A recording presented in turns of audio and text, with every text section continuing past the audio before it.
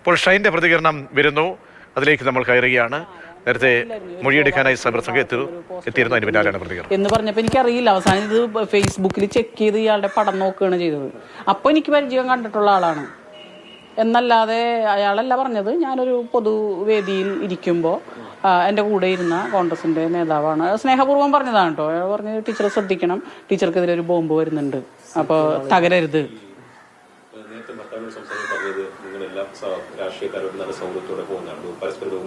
അതെ അതെ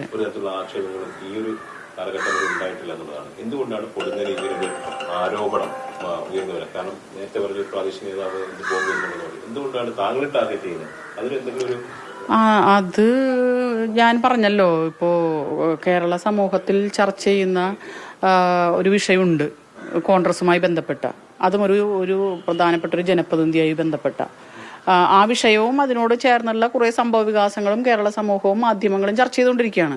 അപ്പം അതിനകത്തുനിന്ന് നിയമപരമായി ഊരിപ്പോരാൻ പറ്റാത്തൊരു ഊരാക്കുടുക്കിൽ തീർച്ചയായിട്ടും കോൺഗ്രസ് പ്രസ്ഥാനം ചെന്ന് പെട്ടിട്ടുണ്ട്. അപ്പം അവർക്കിപ്പോൾ നിയമസഭയ്ക്കകത്തും നിരായുധരായിട്ട് നിൽക്കുന്നു. മറ്റ് മാധ്യമങ്ങൾക്കകത്താണെങ്കിലും ഒന്നും വിട്ടു പറയാൻ പറ്റാത്തൊരു സാഹചര്യമുണ്ട്. അപ്പം അതിന് മറയിടാൻ വേണ്ടി, ഒരു പുകമറ സൃഷ്ടിക്കാൻ വേണ്ടി കുറച്ച് ദിവസം ഇതൊരു ചർച്ചയാക്കി കൊണ്ടുവരാൻ വേണ്ടി ഉള്ളതായിരിക്കാം.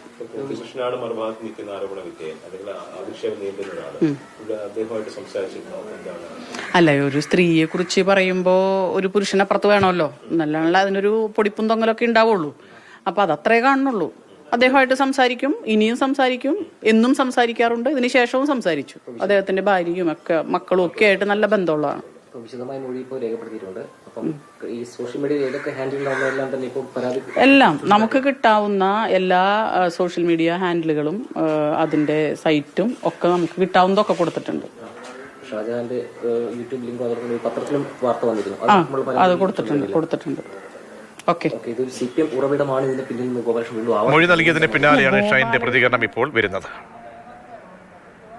ഈ വ്യക്തിഹത്യ നടത്തുന്ന ഒരാളുടെ ചോദ്യങ്ങൾക്ക് മറുപടി പറയാൻ ഞാനാളല്ല. അത്തരം ചോദ്യങ്ങൾ നിങ്ങൾ ചെയ്യുന്നതും ശരിയല്ല. ഇനി അങ്ങോട്ട് പറയാനുള്ള കാര്യം നിങ്ങൾക്ക് പ്രക്ഷേപണം ചെയ്യണമെങ്കിൽ അങ്ങോട്ടോട് ചോദിക്കുക.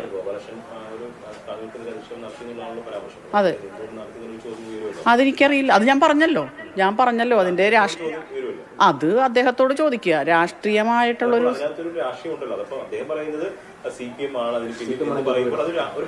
അല്ല, ഒരു കള്ളത്തരം ചെയ്യപ്പെട്ട ഒരു വ്യക്തിനെ പിടിക്കപ്പെട്ടാൽ അയാൾ പല കാര്യങ്ങളും പറയും. അത് നിയമപരമായി അന്വേഷിച്ച് ചോദ്യം ചെയ്ത് കണ്ടെത്തേണ്ട കാര്യമാണ്.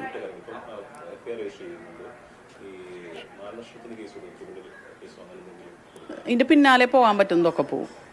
പിന്നാലെ എന്തൊക്കെ എനിക്ക് ഇന്ത്യൻ ഭരണഘടനയും നിയമവും അനുശാസിക്കുന്ന എന്തെല്ലാം കാര്യങ്ങൾ ഒരു വ്യക്തി, ഒരു സിറ്റിസൺ എന്നുള്ള നിലയ്ക്ക് എനിക്കുണ്ടോ അതൊക്കെ ഞാൻ ഉപയോഗിക്കും.